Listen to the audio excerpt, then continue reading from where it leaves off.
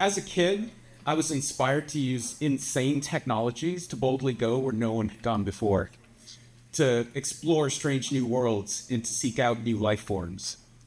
As an adult, I've spent most of my career working to help humanity become a multiplanetary species.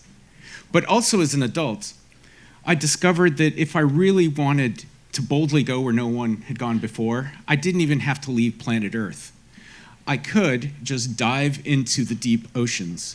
That is where we could explore strange new worlds, and certainly where we could seek out new life forms. The deep oceans and outer space are two extreme environments. They're not conducive to human life. However, there are few people, few crazy, brave souls who do want to boldly go into these extreme environments. And we can't go there without advanced technologies. These technologies are usually built by people who will never go into these extreme environments, mostly because they're not crazy enough to go to these extreme environments.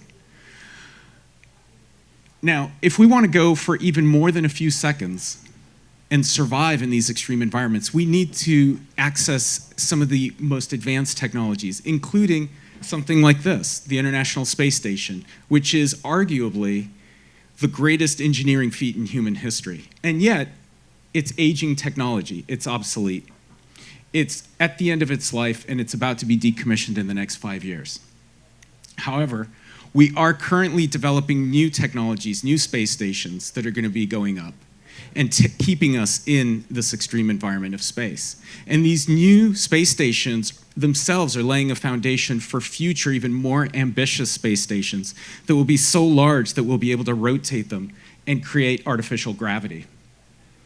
Extending out beyond the protection of low Earth orbit, we're also developing technologies that very soon will allow humans to live and work on the lunar surface. And as Sean already pointed out, we're also looking at going beyond the moon and looking at creating habitats on the Martian surface or even over the sulfuric acid clouds of Venus. And I was just telling him as we came on, I think a comedy club on Venus would be a good thing. Yeah. Yeah, you're the first one up.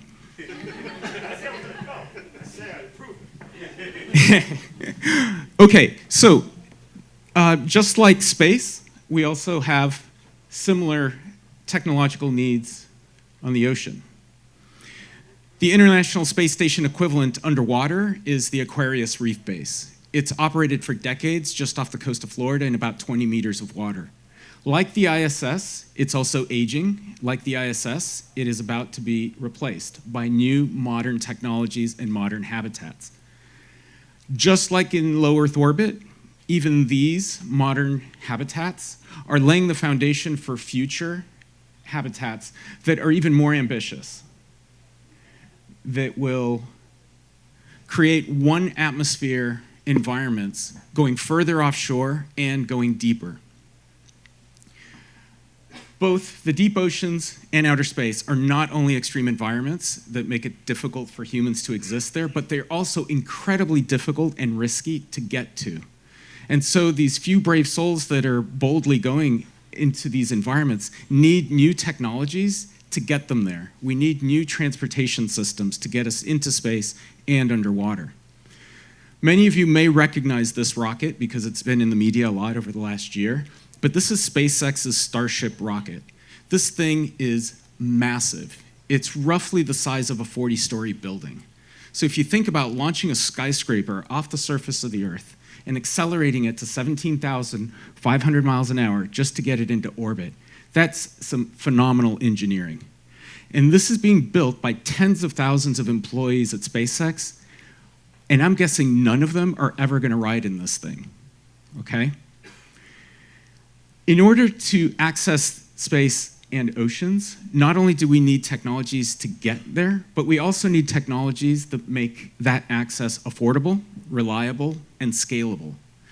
For space, what that involves is bringing the rockets back to Earth, landing them, and then reusing them later. Fortunately, SpaceX is also leading that charge as well. Over the last decade, they've gotten really good at landing and reusing the first stage boosters for their Falcon 9 rockets. They've also managed to do this for the twin boosters on their Falcon Heavy.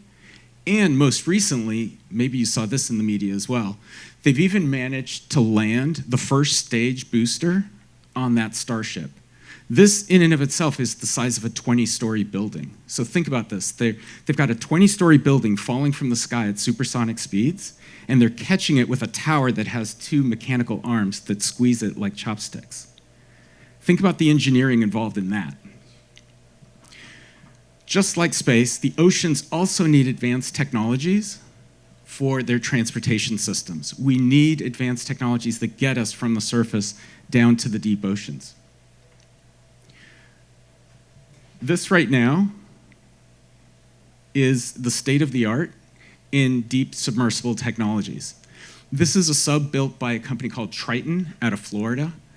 This sub is designed to take 2 people to full ocean depth, 11,000 meters underwater, the deepest point in the ocean. It is by far the deepest diving privately owned sub in the world.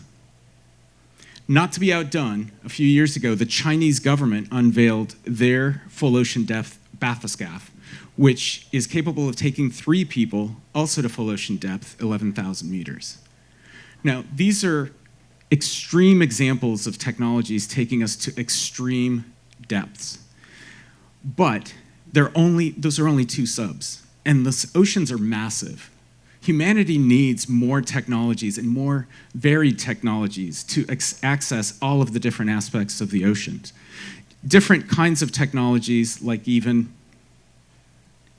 OceanGate's Titan submersible, which was designed to carry 5 people to 4,000 meters. And just to keep in mind that the average depth of the ocean is 4,500 meters. And you might recognize this sub because a couple years ago in June 2023, the sub imploded at the bottom of the Atlantic Ocean, instantly killing the 5 crew members that were inside. This served as a stark reminder that the deep oceans, like space, are extreme environments. And we run the risk of having fatalities as these brave explorers